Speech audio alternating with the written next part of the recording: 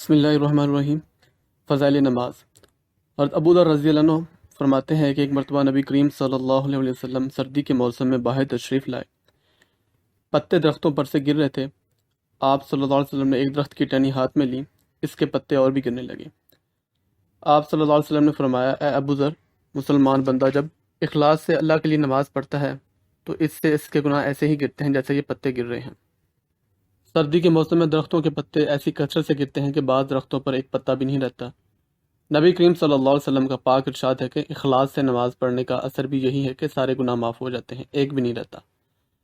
مگر ایک بات قابل لحاظ ہے، علماء کی تحقیق آیات قرآنیہ احادیث نبویہ کی وجہ سے یہ ہے کہ نماز وغیرہ عبادات سے صرف گناہ صغیرہ معاف ہوتے ہیں، کبیرہ گناہ بغیر توبہ کے معاف نہیں ہوتا۔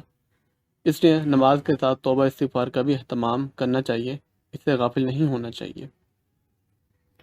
فضائل قرآن۔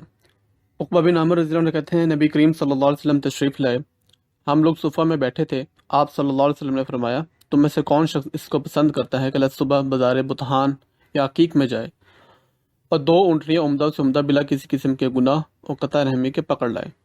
صحابہ کرام رضی اللہ عنہ اجمعین نے عرض کیا، اس کو تو ہم میں سے ہر شخص پسند کرے گا۔ حضور صلی اللہ علیہ وسلم نے فرمایا کہ مسجد میں جا کر 2 آیتوں کا پڑھنا یا پڑھا دینا 2 اونٹنیوں سے اور 3 آیتوں کا 3 اونٹنیوں سے، اسی طرح 4 کا 4 سے افضل ہے اور ان کے برابر اونٹوں سے افضل ہے۔ مسجد نبوی میں ایک خاص معین چبوترا کا نام صفہ ہے، جو کہ فقراء مہاجرین کی نشست گاہ تھی۔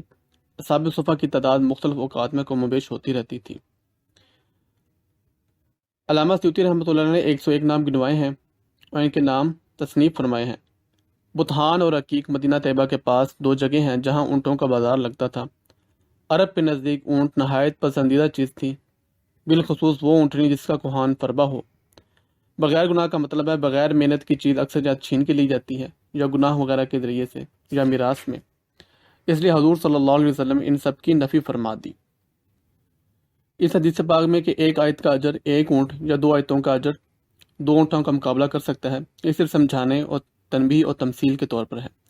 1 آیت جس کا ثواب ہمیشہ رہنے والا ہے اور اس کے مقابلے میں 1 اونٹ کی کیا قدر ہو سکتی ہے۔ فضائل تبلیغ۔ کنتم خیر امۃ اخرجت للناس تأمرون بالمعروف وتنہون عن المنکر وتؤمنون باللہ۔ ترجمہ: تم بہترین امتوں لوگوں کی نفع رسانی کے لیے نکالے گئے ہو، تم لوگ نیک کام کرنے کا حکم کرتے ہو اور برے کاموں سے منع کرتے ہو اور اللہ پر ایمان رکھتے ہو۔ مسلمانوں کا اشرف الناس امت محمدیہ کا اشرف الامم ہونا متعدد احادیث میں تصریح سے وارد ہوا ہے۔ قرآن پاک کی آیت میں بھی کئی جگہ صراحتاً و اشارتاً بیان فرمایا گیا ہے۔ اس آیت شریفہ میں بھی خیر امہ کا اطلاق فرمایا گیا ہے، اس کے ساتھ ہی اس کی وجہ کی طرف بھی اشارہ فرمایا گیا ہے۔ تم بہترین امت ہو اس لیے کہ امر بالمعروف و نہی عن المنکر کرتے ہو، یعنی نیک کام کرنے کا حکم کرتے ہو اور برائی سے منع کرتے ہو۔ یہ خاص خصوصیت جس کی وجہ سے تمام انبیاء علیہ السلام کے متبعین سے امت محمدیہ افضل ہے، اور یہی امر بالمعروف و نہی عن المنکر ہے جو اس امت کا تمغہ امتیاز ہے۔ چونکہ بغیر ایمان کے کوئی عمل خیر معتبر نہیں، اس لیے بطور قید کے اس کو بھی ذکر فرما دیا، ورنہ اصل مقصود اس آیت میں امر بالمعروف و نہی عن المنکر کا بیان فرمانا ہے۔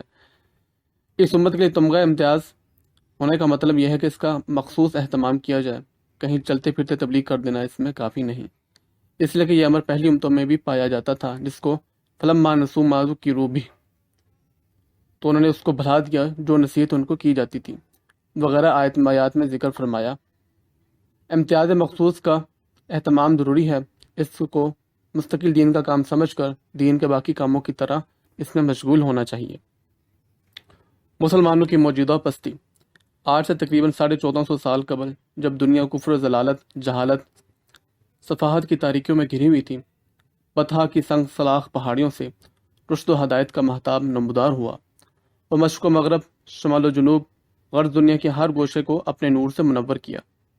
وہ 23 سالہ محنت کے قلیل عرصہ میں بنی نوع انسان کو اس معراج ترقی پر پہنچایا کہ تاریخ عالم اس کی نظیر پیش کرنے سے قاصر ہے، اور رشد و ہدایت، صلاح و فلاح کی وہ مشعل مسلمانوں کے ہاتھ میں دی جس کی روشنی میں ہمیشہ شاہراہ ترقی پر گامزن ہے، اور صدیوں اس شان و شوکت سے دنیا پر حکومت کی کہ ہر مخالف قوت کو ٹکرا کر پاش پاش ہونا پڑا۔ یہ ایک حقیقت ہے جو ناقابل انکار ہے، لیکن پھر بھی ایک پارینہ داستان ہے جس کا بار بار دہرانا نہ تسلی بخش ہے اور نہ کارآمد اور مفید۔ ہمارے اسلاف کے کارناموں پر بدنما داغ لگ رہے ہیں۔ مسلمانوں کی 1450 سال زندگی کو جب تاریخ کے اوراق میں دیکھا جاتا ہے تو معلوم ہوتا ہے ہم عزت و عظمت، شان و شوکت، دبدبہ و حشمت کے تنہا مالک اور اجارہ دار ہیں، لیکن جب ان اوراق سے نظر ہٹا کر موجودہ حالات کا مشاہدہ کیا جاتا ہے تو ہم انتہائی ذلت و خواری، افلاس و ناداری میں مبتلا نظر آتے ہیں۔ نہ زور و قوت ہے، نہ زر و دولت، نہ شان و شوکت ہے، نہ باہمی قوت و الفت، نہ عادات اچھی، نہ اخلاق اچھے، نہ اعمال اچھے، نہ کردار اچھے۔ ہر برائی ہم میں موجود اور ہر بھلائی ہم سے کوسوں دور۔ اغیار ہماری ذبو حالی پر خوش ہیں اور برملا ہماری کمزوری کو اچھالا جاتا ہے اور ہمارا مذاق اڑایا جاتا ہے۔ اسی پر بس نہیں بلکہ خود ہمارے جگر گوشہ نئی تہذیب کے دلدادہ نوجوان اسلام کے مقدس اصولوں کا مذاق اڑاتے ہیں، بات بات پر تنقیدی نظر ڈالتے ہیں، وہ اس شریعت مقدسہ کو ناقابل عمل، لغو و بیکار گردانتے ہیں۔ عقل حیران ہے کہ جس قوم نے دنیا کو سیراب کیا وہ آج کیوں تشنا ہے، جس قوم نے دنیا کو تہذیب و تمدن کا سبق پڑھایا وہ آج کیوں غیر مہذب اور غیر متمدن ہے۔ رہنمائے قوم نے آج سے بہت پہلے ہماری اس حالت دار کا اندازہ لگایا اور مختلف طریقوں پر ہماری اصلاح کے لیے جد و جہد کی، مگر مرض بڑھتا گیا، جوں دبا کی۔ آج جب کہ ہماری حالت بد سے بدتر ہو چکی ہے، آنے والا زمانہ ما سبق سے بھی زیادہ پرخور اور تاریک نظر آ رہا ہے۔ ہمارا خاموش بیٹھنا، عملی جدوجہد نہ کرنا ایک ناقابل تلافی جرم ہے، لیکن اس سے پہلے کہ ہم کوئی عملی قدم اٹھائیں ضروری ہے کہ ان اسباب پر غور کریں جن کے باعث ہمیں اس ذلت و خواری کے عذاب میں مبتلا کیے گئے ہیں۔ ہماری اس پستی انحطاط کے مختلف اسباب بیان کیے جاتے ہیں اور ان کے ازالہ کی متعدد تدابیر اختیار کی گئیں، لیکن ہر تدبیر ناموافق، ناکام ثابت ہوئی، جس کے باعث ہمارے رہبر بھی یاس و ہراس میں گھرے ہوئے نظر آتے ہیں۔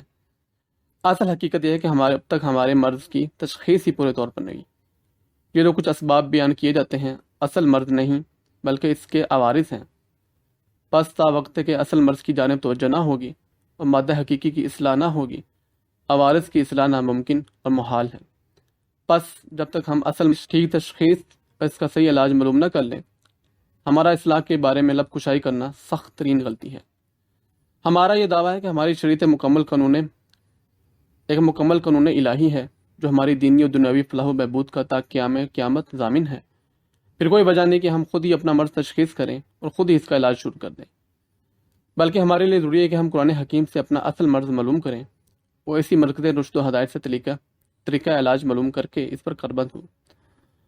جب قرآن حکیم قیامت کے لیے مکمل دستور العمل ہے تو کوئی وجہ نہیں کوئی اس نازک حالت میں بھی ہماری رہبری سے قاصر رہے۔ مالک ارض و سما جل جلالہ کا سچا وعدہ ہے کہ روئے زمین کی بادشاہت و خلافت مومنوں کے لیے ہے۔ وعد اللہ الذین آمنوا منکم وعملوا الصالحات لیستخلفنہم فی الارض، سورہ نور۔ ترجمہ: اللہ تعالیٰ نے وعدہ کیا ہے ان لوگوں سے جو تم میں ایمان لائے، انہوں نے عمل صالح کیے، کہ ان کو ضرور روئے زمین کا خلیفہ بنائے گا۔